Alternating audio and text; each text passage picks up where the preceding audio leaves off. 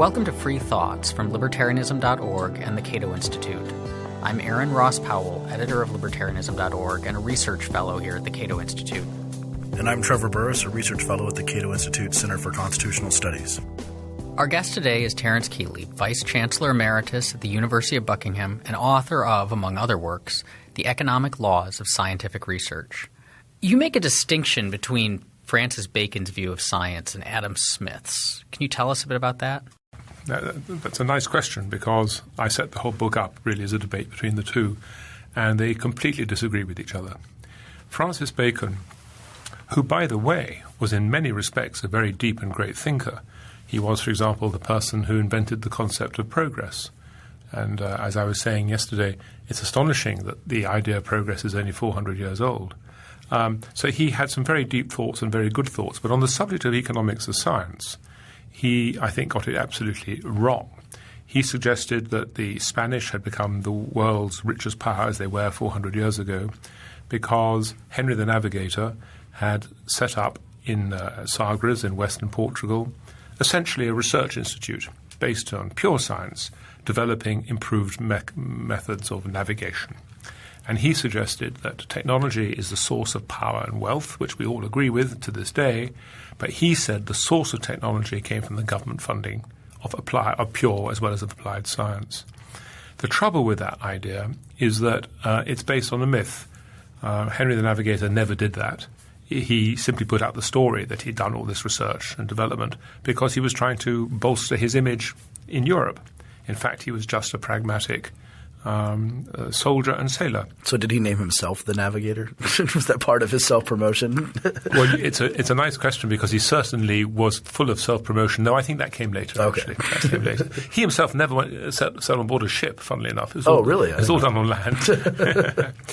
And he also said that science is a public good, and he came up with all sorts of theories as to why that should be, which are still repeated to this day. Adam Smith, unlike Francis Bacon, actually had seen an industrial revolution in action. He actually saw the early industrial revolution taking place in Scotland, and he said it's simply not true that technology, applied science, comes out of pure science. In fact, in those days, pure science was in such a sad state, with people believing in things like phlogiston, fire as a material, or the caloric theory that heat is material. He said it just isn't so. What actually happens is that technologists on the ground, in the factories, on the factory floor, make the developments and originate the new ideas. And if anything, the flow of knowledge goes the other way, that the academics benefit from the advances made on the factory floor. And so the fundamental difference between the two is this. Adam Smith says you can leave science and development to the market. It will find all the money it needs because of the motivation of companies to develop better science and technology on the factory floor, whereas Bacon says technology comes out of pure science. No one will fund pure science if the government doesn't do it. Therefore, governments have to fund pure science. So that's a very, very striking difference between the two models. Would you say this is kind of maybe a different conception of what science is for also at the backdrop of this? Because you could have these sort of pure scientific thought type of theory, maybe more like Bacon, whereas more useful science so Adam Smith is focused on useful science and building things that help people live better lives, but thinking about the stars and all these things like that, people think that has its inherent worth too, even if it's not useful for anything. Yes. But Adam Smith was very suspicious of people who put in claims for government money for the greater public good. He did accept there were public goods. I mean, he didn't deny that roads and schools could be public goods. But he always felt that you really had to justify government funding to private individuals who claimed to be doing it for the public good. And he would have argued, I'm sure, well, we know because he did talk about this, he would have argued that there is enough private funding of science either through students paying fees to universities who can then via that money into research, or coming straight out of the research of industrialists, that you just don't need to burden the taxpayer with that. That's what I think he would have said. And you think, and the story is bigger than that too, because in your book, Economic Laws of Scientific Research in particular, it goes back to antiquity. I mean, you think the Phoenicians had a thing different than the empires and moving up through there. Can you talk a little about how they had a leg up too and why? Well, the ancient world is very, very interesting on this subject.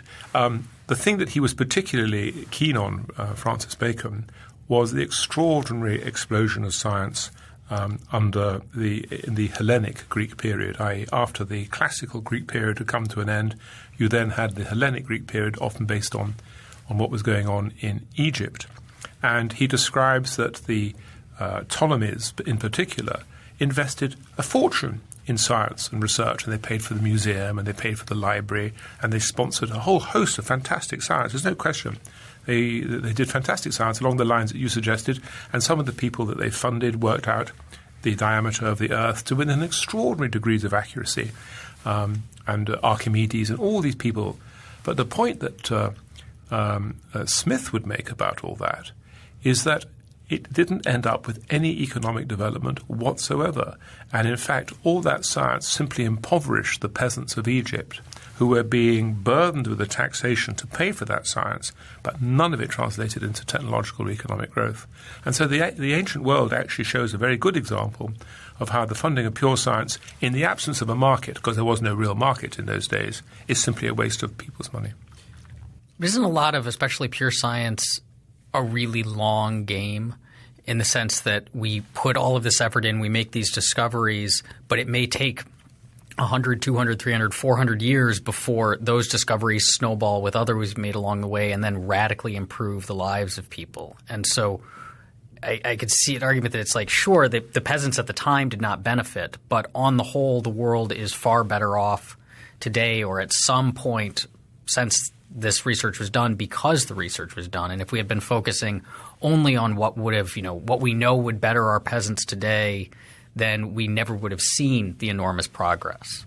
Well, it is, of course, true that you get developments in science that sometimes are not really translated into economic or technological benefit for 100 or 200 years. That statement is quite correct. The question is, actually, do you need government funding to achieve those?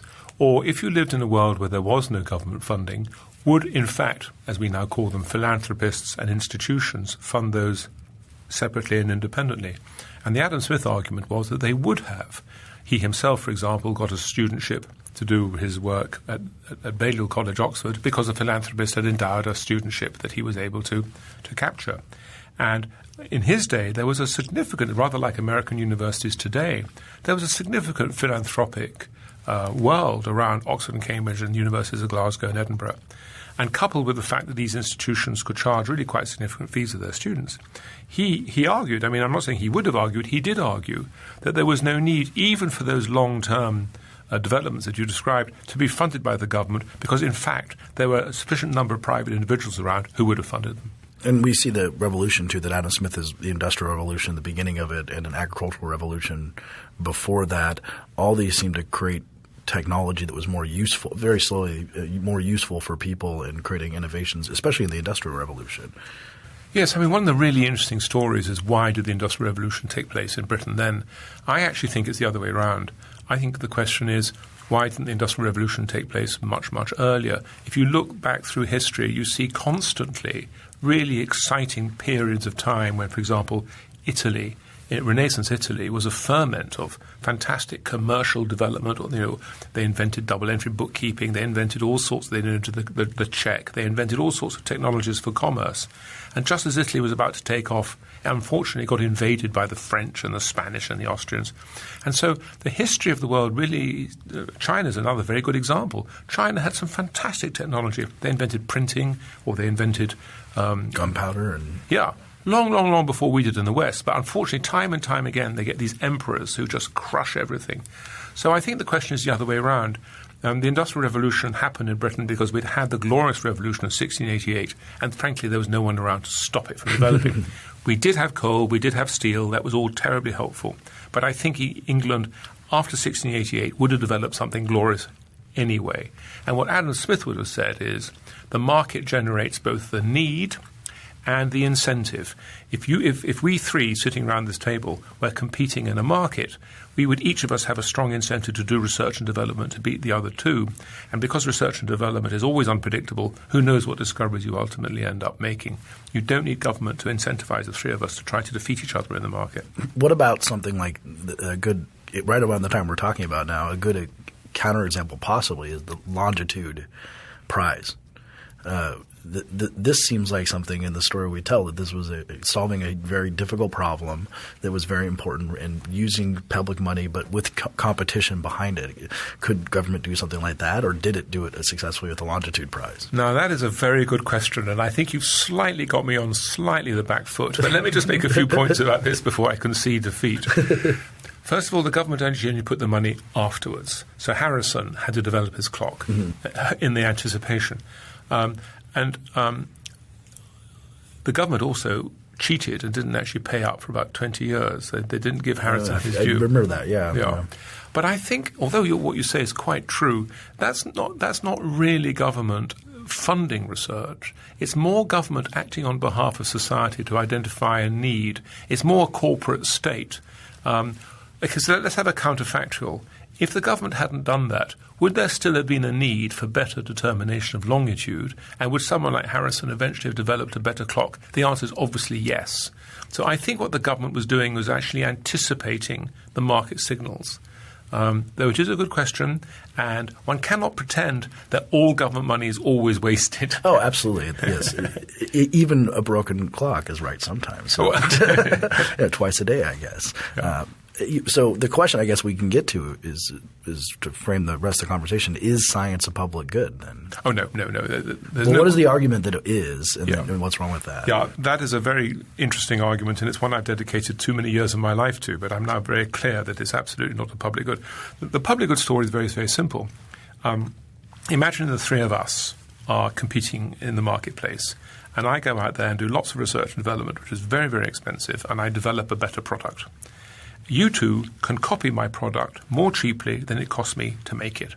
So you can get the information. You can either go to the library and read the papers, or you can go to the patent library and read the patents, or you can just take my machinery and put it to bits and work out how to copy. And the cost of copying is so much less than the cost of innovation that when you do copy, you end up with much more capital in your company than I have, because I've already spent all my capital, and so you'll drive me into bankruptcy. That's the public good argument. The trouble with that argument, and the reason it's actually wrong, and you can state categorically it's wrong, there's lots of evidence that it's wrong, is that actually it's very expensive to copy. The studies have been done.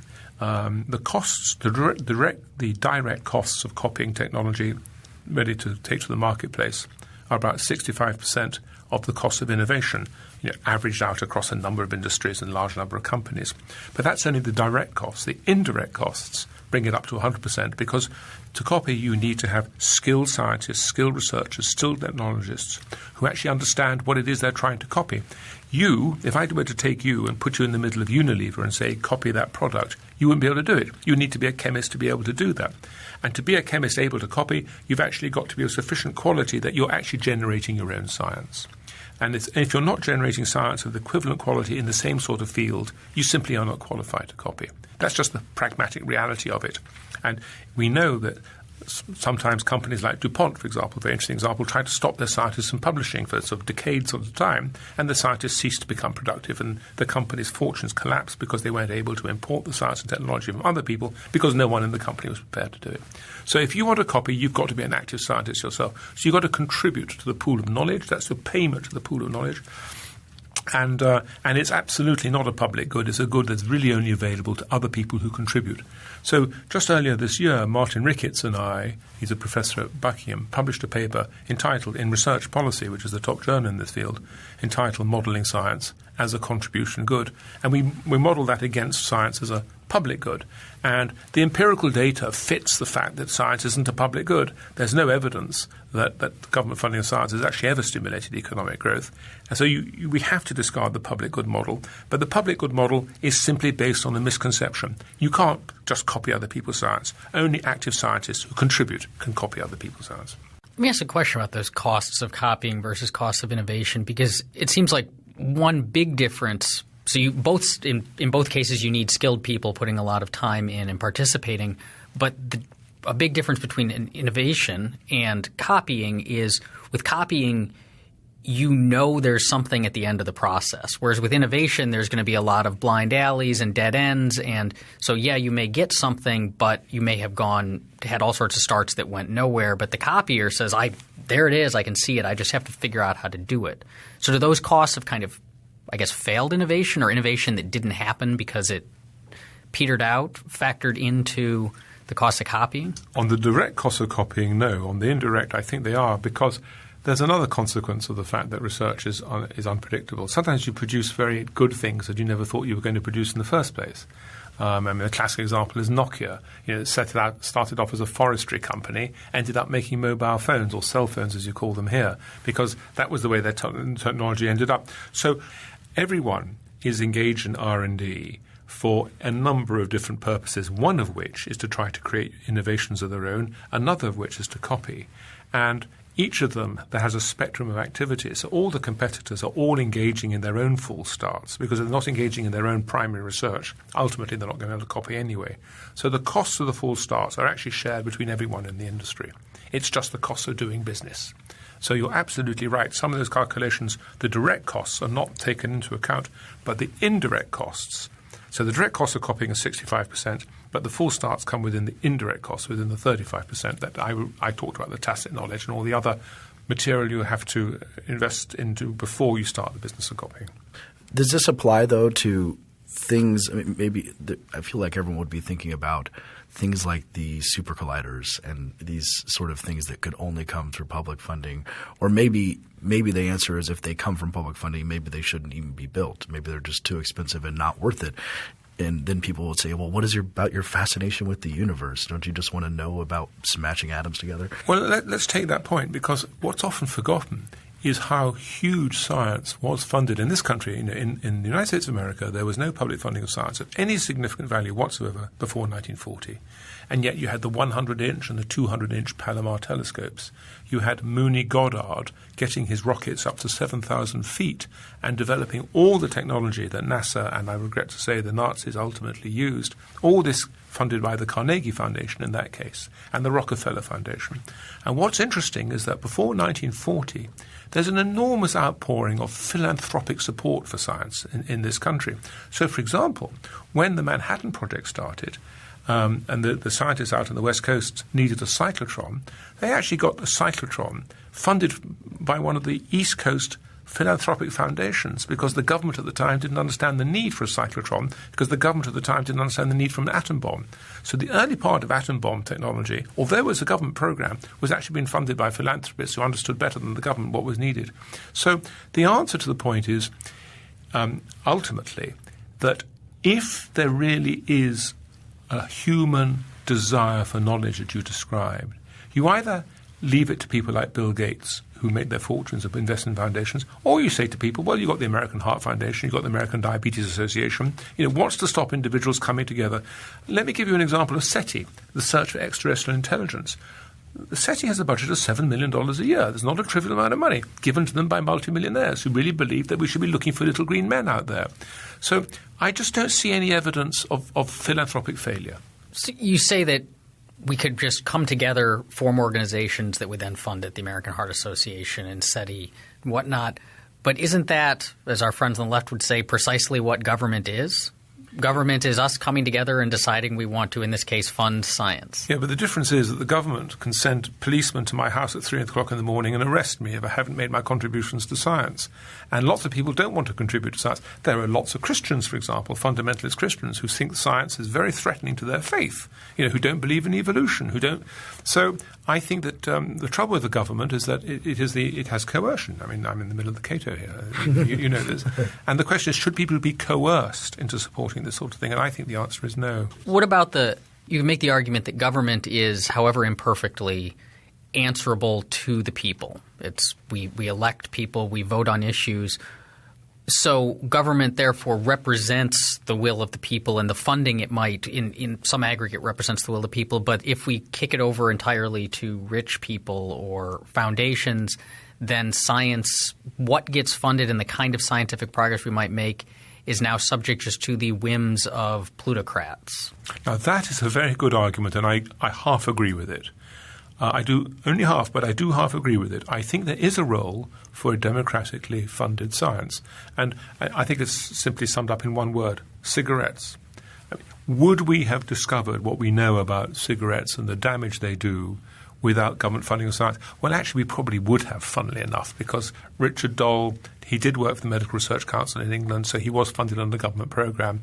But I actually think that if you go back at the time, there was sufficient concern about the growth of lung cancer. Lung cancer just came from nowhere. And that's why people like Richard Doll were looking at it. It was absolutely in the air. Where's lung cancer suddenly come from? It was this explosion of cigarette smoking that took place in the 20s and 30s after the First World War. So I actually think that there is sufficient evidence that the foundations would in fact have addressed that problem. However, I do accept your point as a fundamental point that a democratic government should fill in the gaps if they see areas that either the philanthropists or industry aren't funding. I think that is the role of democratic government. But it's relatively inexpensive. That's not fundamental sort of science to create economic growth. And secondly, don't fool yourself into thinking you're going to create economic growth that way, because you won't. But you may well meet a social need that neither philanthropists nor industry will meet. And there I'm with you. Can we trust even the apparatus of democratic government to be funding – sometimes it might be funding anti-smoking campaign or smoking research into the causes, but at other times it might be funding something based on politics that ends up being bad science bad because the whims of the democratic body politic are definitely not very scientific. No, you get gross abuse. I mean, this pork barreling, roads in Alaska, the bridges that end in the middle of nowhere, and they're huge numbers. There was a fascinating debate in America between 1945 and 1950, which really has now been forgotten, but it illustrates this point beautifully. By 1945, there was universal bipartisan agreement that America needed the government to fund more science, because before 1940, the American government funded no science, and there was bipartisan agreement that with the Cold War and the new world we're moving into, we should fund science. I don't believe in that, but forgetting that, that's what the American people and their representatives believed. But there was a fascinating and totally sterilizing argument, which for 5 years stopped anything from happening, because there were two schools of thought. There was the school of thought that came behind Vannevar Bush, who was the famous intellectual who wrote Science, the Endless Frontier. And he said that scientific money should be distributed only by scientists to other scientists based on merit. On the other hand, against him, Senator Kilgore, with the complete support of President Truman, said that's undemocratic. Money should be distributed only by politicians, and it should be according to national needs. So every state would get as much money for its research in proportion to its population, nothing to do with merit. And so Massachusetts, which has this extraordinary collection of brilliant science in Boston, would get no more money than Colorado, or Arkansas, which is a different. And Congress looked at this and decided that the President was wrong and that Kilgore was wrong, and in 1947 passed a bill to create the National Science Foundation, where money was distributed by scientists to other scientists on the basis of merit and merit alone. And it was vetoed by Truman. And his veto, it's all in there actually, and the veto states this represents a lack of faith in the democratic process. But hey, we all know about public choice. We all know about pork barreling. We see what our representatives actually do. They're the last people to distribute research grants.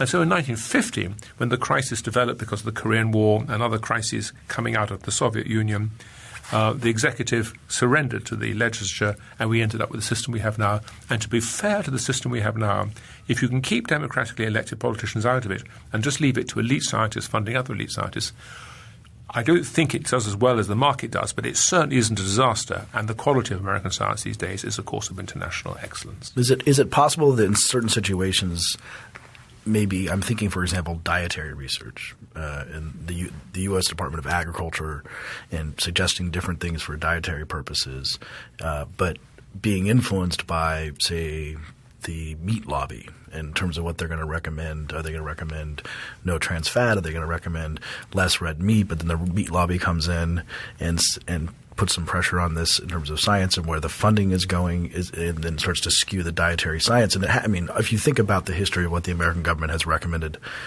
for diet at different points, it seems to be wildly all over the place and based a lot on research that maybe was wrong, as we now think butter is okay, for example. Well, actually, that is a very perceptive point, because one of the problems of democratically funded science is that it makes you vulnerable to lobbyists. I think dietary research is in a terrible state. For example, we're all told that breakfast is the most important meal of the day. It's not unrelated to the fact that almost every study that says that is ended up ultimately funded by General Mills or Kellogg's or Post. And that doesn't mean that this is corrupt, but it just means that there's clearly an incentive to find those sort of findings. And so one of the great dangers of democratically funded science is that you end up with a government actually acting on behalf of the lobbyists because they're told that's good for employment in Minnesota. And so it is a double danger, whereas the Rockefeller Foundation could do the same dietary research and wouldn't give a damn about employment in Minnesota. It would just try to find what the truth was. So democratic science can be very dangerous. But I'm struck that your example of how democratic science could go wrong was made by pointing to studies funded by private companies and showing how the private funding influences the studies in perhaps the wrong direction. So isn't this precisely the kind of problem that would also exist with private funding of science, that you would have General Mills and Kellogg saying we're going to fund stuff, but only if it looks like it's going to tell people to eat more Wheaties? I would actually go the other way. I would actually say that the great foundations like the Gates Foundation or whatever would be much more likely to look fairly at dietary research if they didn't feel the government was already doing it for them. And the trouble is the government isn't doing it. The government appears to be doing it in an objective and dispassionate way, but actually is far too susceptible to this terrible private funding. So this comes out of the question you asked 10 minutes ago. Is there a role for government funding of science to act as a third lobby against philanthropists and against industry? To which the answer is yes, but unfortunately it doesn't do it very well. It's far too susceptible to this pressure from lobbyists. So very often government ends up amplifying the message that the lobbyists want, and it's a very dangerous thing. What about incidental effects? I think a lot of people are probably thinking, okay, sure, dietary stuff, lobbyists researching specific things. But isn't the case that, for example, the American military has just by researching its own aims has given huge amounts of innovation to the world, and especially the space program, whether it's Tang or space ice cream or all these things, and computers and all these things that have come out of this. They were pursuing one thing, but then all these amazing things came out on the other side. Well, people have done studies on this, and I can give you references. I mean, military research is only about 10% as valuable as civil research, i.e. it's a complete waste of money. The whole NASA program has been a complete waste of money. I mean, what benefit did we actually get from landing men on the moon? It was all a defense initiative and a national projection of pride. The Americans were deeply offended in 1957 that the Soviets launched Sputnik first. But what good did that do the Soviet Union, which collapsed with economic complete failure 30 years later? The whole model of these grand projects creating these spillovers that benefit society, actually it doesn't work. The benefits of NASA have been trivial. I mean, and it's not true about stick, the non-stick frying pan. That had nothing to do with NASA. Teflon. Yeah. The only thing that is relevant here is the internet, and it's absolutely true that CERN, which is the super collider that we have in Europe, did produce an individual who did make this extraordinary development in what was then called distributed computing. To which I would say, if you look at the gargantuan sums of money invested in these research programs, of course something's going to come out of it. The question is, would something come out of it if there had been none of these gargantuan programs? The money, therefore, had retained within the corporations, within society at large, and I think the answer is absolutely yes. I mean, the classic example is the aeroplane. There was a race in the very, very early part of the 20th century between the Wright brothers and Langley of the Smithsonian. Now, the Wright brothers won that race. But if Langley had won that race, everyone would have said, well, we wouldn't have the aeroplane but for government funding of science. He was funded by the government. And yet, of course, we know, so no one ever makes that argument. And the aeroplane, of course, we now understand. And because the aeroplane is provided by private funding, Edison was privately funded, Tesla was privately funded, somehow people forget all that. They only look at what has been funded by the state, assuming somehow that wouldn't have been funded. But I would say to you that just as the private sector produced the aeroplane, so the private sector would have produced distributed computing, the internet, if it hadn't been crowded out by government funding. You say that NASA was incredibly expensive and produced little of value. And I'm reminded of a lot of arguments that came up a little while back when I think NASA shut down the space shuttle program, was it? And the argument was, this is very expensive, we can't do it, and it's not, and people would say we shouldn't be spending money on this because it's not producing things of concrete value. But the response was often, there is a huge value, call it even like a spiritual value, in these massive flights of exploration, in reaching for the stars, in trying to go beyond our planet, in exploring and learning, and that those are deeply central to what it means to be human. And so we would be kind of less of a people. We'd be less of a people. We would be atrophying ourselves if we stepped back from that and said, look, we're only going to spend money on these kinds of things that we know are going to produce the internet and whatever else, and if we stop looking beyond the horizons, that there's something like anti-human about that. Yeah. Well, let's do the counterfactual. What would have happened if the Second World War hadn't broken out? Mooney Goddard, up in Massachusetts, had developed all the fundamental technology that NASA and the Nazis then took over. And his rockets were going up to 7,000 feet by 1940. He developed the liquid fuels. He developed the gyroscopes. He developed the whole thing. And the only reason he didn't put the first artificial satellite into space sometime in the early 1940s, i.e. 15 years before the Soviets did it, was the Second World War broke out, and he was pulled out of that and told to develop a bazooka because we needed a bazooka to kill lots and lots of Germans. But for that, the philanthropic sector would have got the first and then, of course, once you got one in space, then people like Richard Branson come in and develop all the sort of stuff that they wanted to do.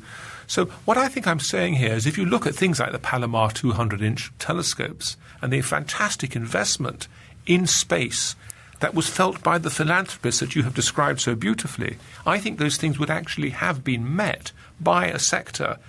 I mean, it's very hard to show anything in astronomy that wasn't actually funded independently by the private sector, because what you've described really people respond to that, and people like Bill Gates would be funding it if it wasn't being done for him by NASA. I'm pretty sure about that.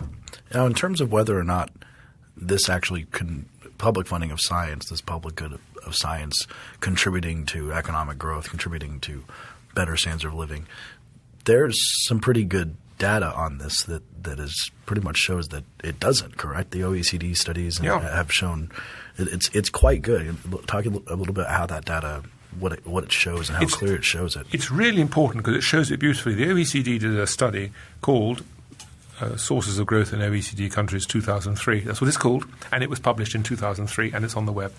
And they looked at the 21 leading countries of the world, the 21 members of the OECD, and they looked over a 26-year period. And they simply did a very careful multivariate analysis. And of course, they had such a long period of time, it was longitudinal, so they were able to say, look, country A in 1978 does that. What does its GDP look like 5 years later, 10 years later, 20 years later? So they were able to get to the nearest you can with cause and effect. What they found, and they looked at a whole host of parameters. The OECD has a vast amount of data available to it. But amongst many of the parameters they looked at was the public and private funding of research and development. R&D is bigger than just science. It also incorporates industrial research as well as academic science. And the finding was dramatic. And because it wasn't expected by the OECD, and indeed it wasn't welcomed by the OECD, it has much more value because this wasn't we're not talking about confirmation bias here. This was lack of confirmation bias, which upset everyone. And what they found very dramatically, and they weren't the first to do that, there's an individual in this city called Park, that American university, looking at the same data, came up with the same findings, and indeed I had myself at the same time as well. But what the OECD did more comprehensive than anyone else, they showed that there was a direct correlation between the degree of private funding of R&D and subsequent economic growth. There was zero correlation between public funding of R&D and subsequent economic growth. In fact, they suggested there was a slightly negative correlation. It looked as if the public funding of research and development actually slightly damaged economic growth, presumably by crowding out private funding or by pulling privately funded researchers out of the private sector into the public sector, where they may have done very nice science, but it didn't benefit anyone economically. And that is a really damaging attack on the concept of science as a public good. There are other damaging attacks, but that's a particularly powerful one. And so we have this National Science Foundation. We have this pretty good idea of, and you mentioned how they were created in the scientists giving science grants. And we've talked about lobbyists in different industries, creating and influencing how the science is being done. What is the National Science Foundation? The question I think is, what is the harm, right? Other than the resources taken out of society, but someone would say, oh, you libertarians are always talking about that. You're always talking about taxation takes resource out of society. But what's the harm of giving a National Science Foundation? Which I don't know what the budget is. You probably have a better. I'm sure it's very small. It's a rounding error in the U.S. budget compared to Social Security and Medicare and Medicaid and military spending. So what's the harm? Well, that's a fair question. I think the harm. I think the number levels of harm. You're absolutely right. The NSF and the NIH obviously do good work. And to some extent, they're simply doing work that would otherwise have been done anyway in the private sector. And the quality of science funded is very high, and it's competitive and it's tough. Tough for the researchers, and therefore they have to produce high-quality science. I think the harm is a symbolic harm, really. It gives the impression to society at large that without government we wouldn't have science, and also, perhaps more importantly, because everyone understands the link between science and economic growth, it also suggests that without government we wouldn't have economic growth. And so it's damaging at a spiritual level, really, because it means that we are handing over to the government the belief that good things, good cultural things and good economic things can be delivered only by government. It therefore empowers government. And in this country, more than any in the world, founded by people deeply skeptical of central government, it actually hits at the very root of what made the United States of America the United States of America. The United States of America is all about the individual or the state, but certainly not about the federal government. But what we've done is we have legitimized federal government in a really important area of life. I mean, you were talking earlier about the spiritual benefits of going to the moon and stuff. If those are all captured by the government, then actually in a funny sort of way the individual is minimized and government is legitimized.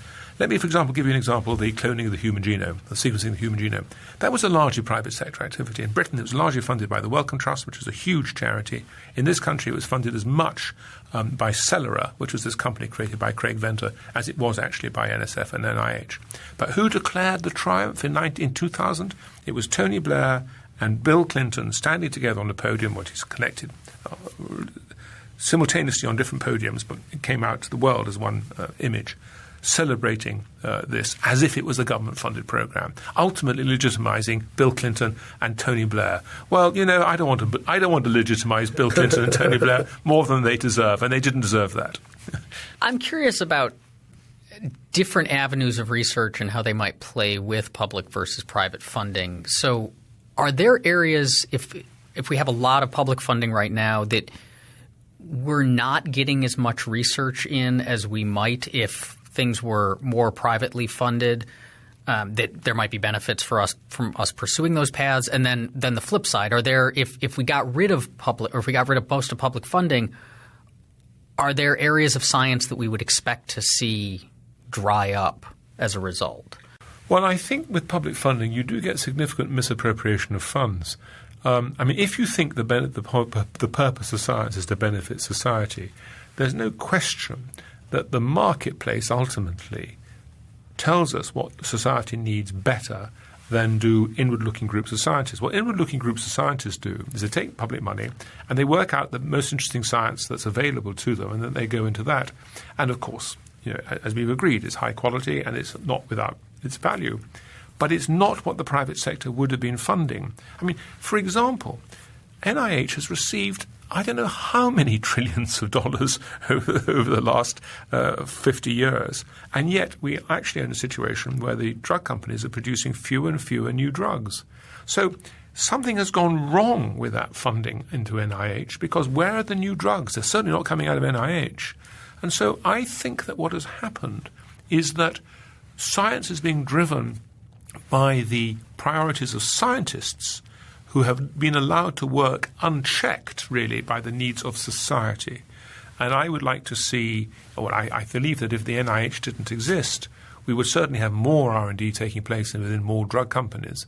And I think the net benefit to human health would actually be better. Because drug companies do invest a great deal in pure science. It's simply not true that they would neglect pure science. So I think the answer to your question is, by having government-funded science, again, I almost go back to Truman, we're getting to a situation where you have, to use a cliche, an ivory tower of scientists funding other scientists for science that they think is the most interesting, looking at the opportunities available to them. But it does get divorced from the needs of society. We need more drugs, and there are very few of them coming out. Where are the antibiotics? There hasn't been a new antibiotic for 20 years. That is not reflecting society's best interests. And it seems that we could imagine the results or the inputs and the pressures being skewed towards certain things. And we think about medical science, for example. AIDS research heavily funded because AIDS became a very political thing, out of proportion to other diseases that maybe don't have the same level of political will behind it. So maybe we could say that AIDS research was overfunded compared to cancer, for possibly, that the politics push it in that direction and create a skewed system. I think maybe with global warming and stuff too. Yeah, well, we see it today in just Ebola. I mean, we all know about the deaths in Ebola in Africa, but at the same time, every day for every patient who dies from Ebola, sadly, 2 patients are dying from malaria. And we've known that for a very, very long time. And so you're absolutely right. AIDS was deeply politicized. A huge amount of money went into AIDS. And actually, to be fair, fantastic benefits came out of it. I mean, AIDS is a completely different disease than it was 30 years ago, 40 years ago. It's 30 years ago. Astonishing. But AIDS could also have been handled at a different level. I mean, epidemiologically, people could have been more careful about practices, their private practices, and also about blood transfusions and things. So there were a number of different ways that disease could have been addressed. Yes, I think AIDS did receive disproportionate amount of public funding. On the other hand, to be fair to AIDS, it has worked remarkably well. And whether industry alone would have done it as effectively, I think the answer, I'd have to say, to be honest, would be no. But whether the number of AIDS sufferers in this country would have reflected the proportion of the investment, probably not, because, of course, AIDS became very sexy in terms of science. The scientists who first discovered the virus got the Nobel Prize and all that sort of thing because it captured a sort of public mood. It's a difficult question. It's a difficult question. But the analogy you made to Ebola is, I think, a good one, because on a market-driven research, if you were creating a product to make people's lives better, well, there's a bigger consumer base of malaria sufferers than Ebola sufferers, who you couldn't create a business around Ebola drugs by themselves, which is maybe a demonstration that it's not where you should be putting your efforts. You could sell a lot of Ebola vaccines to panicked Americans. Yes, that is true. So maybe you could, but maybe that just demonstrates that that's not where you should be putting your efforts. Not Ebola. You should be looking at influenza and malaria, things that don't get wall-to-wall media coverage. Oh, I'm sure that's true. These neglected diseases. I mean, to be fair to the scientific community, there is a lot of malaria research. The trouble is there are no opportunities. No one can understand. The scientists can't understand how you handle this because, as you know, the malaria organism is very clever at changing its antigens all the time. And so if there were better opportunities there, I'm sure the scientific community would have moved in there more. But there is a vast potential market for malaria. It could definitely be left to the private sector when the opportunities arose. As for Ebola, I mean, the tragedy about Ebola, yes, of course, vaccines and stuff are very important, but actually you could control Ebola just by better public health measures. In fact, it's a reflection of the poverty of those societies, unfortunately. In the other instance, too, I know that our colleague Pat Michaels, a friend of all of ours, he definitely thinks that government funding of climate change research in a one specific way and not toward another side is skewing the results in a way that's undesirable for truth. And it seems like that's the kind of thing we would expect it to be pushing in one direction. Oh, he's absolutely right. In ClimateGate, when they discovered all those emails, it was very clear here was a group of scientists absolutely determined to defend their funding. And governments have – it's strange, really, how governments have bought into the global warming so comprehensively. I think they've done so because it really legitimizes the role of government. I mean, really only government could address these issues, carbon taxing and all the rest of it. And so government had a very strong interest in global warming being a really serious issue because it puts politicians center stage. And there is no doubt that the whole global warming community is very much biased towards one direction. So if you challenge it, you're called a denier with all the overtones that has. And you're not going to get government funding. And you certainly won't get government funding, and you have difficulty publishing your papers. I have always believed, long ago, this is why Pat and I get on so well, that the best analogy we have with global warming is the scare over eugenics. Eugenics is a really terrible story. And between 1900 and 1945, in this country, in the United States of America, something like, in the state of California alone, 100,000 mentally defective people were compulsorily sterilized against their will in that 45-year period. And lots of other appalling things took place in the name of eugenics in America, in Scandinavia. Forget what happened under the Nazis, but under huge tracts of Europe and North America, eugenics legitimized some really dreadful practices. You had people like H.G. Wells or George Bernard Shaw actively advocating the gassing and elimination of genetically inferior people. Can you imagine? D.H. Lawrence actually said, "Thank God for poison gas." I mean, the culture, the atmosphere out of which Hitler did was actually being laid out by Western scientists and Western thinkers. I repeat, D.H. Lawrence, H.G. Wells, Bernard Shaw, really top public intellectuals advocating the elimination of people who carried the wrong genes. And out of that you get a very unfortunate culture that Hitler was not a unique person. He was responding to his culture. And that's very dangerous. And I think global warming is in the same area of a group of scientists who can see real benefit to their own research with politicians who can see a real benefit to themselves, feeding on each other to create this mass panic. After all, it's not at all clear, and I'm sure there is global warming. I'm not at all sure it's a bad thing, and I'm not at all sure it's anthropogenic either. But in as much as it is, it's probably doing more good than harm. You say that government will prefer that people's research supports things that then government wants to do. So if your research says government should get involved and stop this problem, then that's the kind of thing that's get more funding.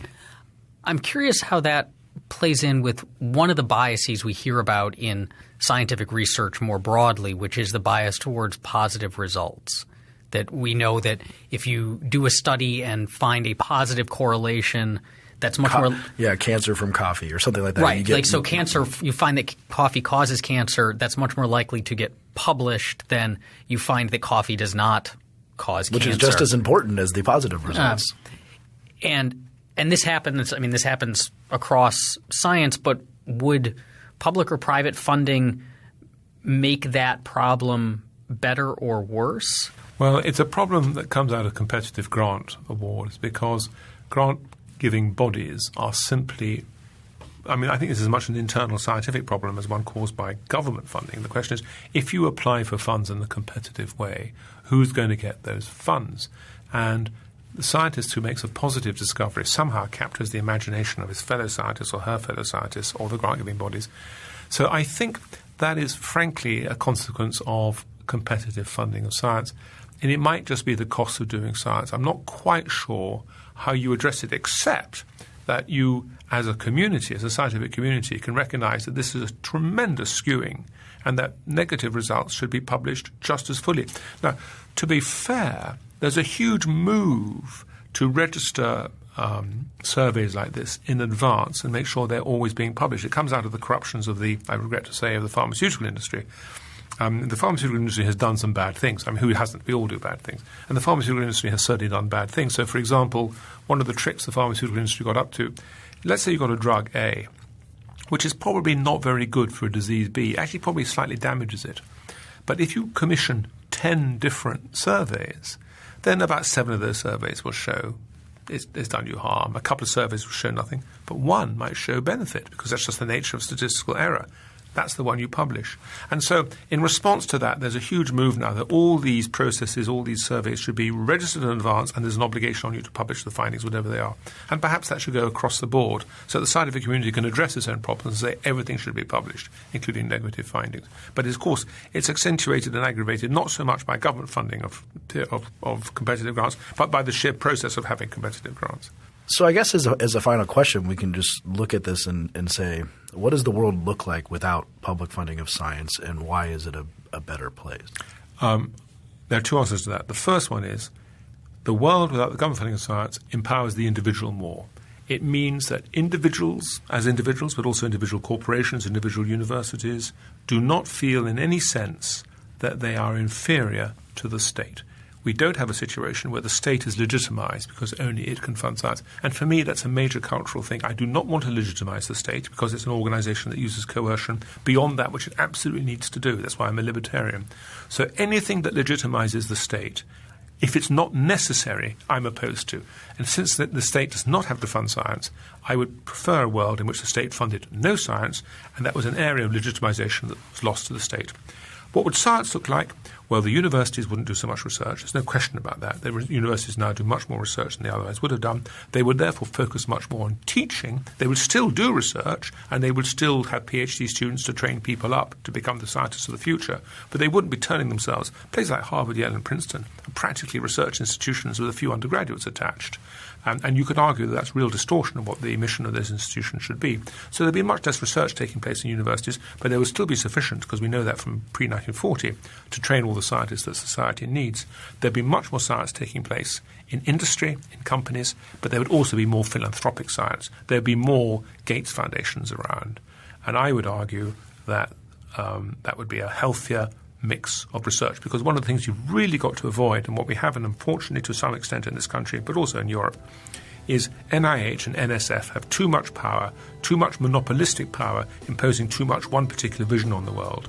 And you get a much healthier scientific community if there are lots of competing funding bodies with their own different cultures. You're more likely to get a richer mix of science with a complex mixture of funding bodies. Thank you for listening to Free Thoughts. If you have any questions or comments about today's show, you can find us on Twitter at FreeThoughtsPod. That's Free Thoughts, P-O-D. Free Thoughts is a project of Libertarianism.org and the Cato Institute and is produced by Evan Banks. To learn more about libertarianism, visit us on the web at www.libertarianism.org.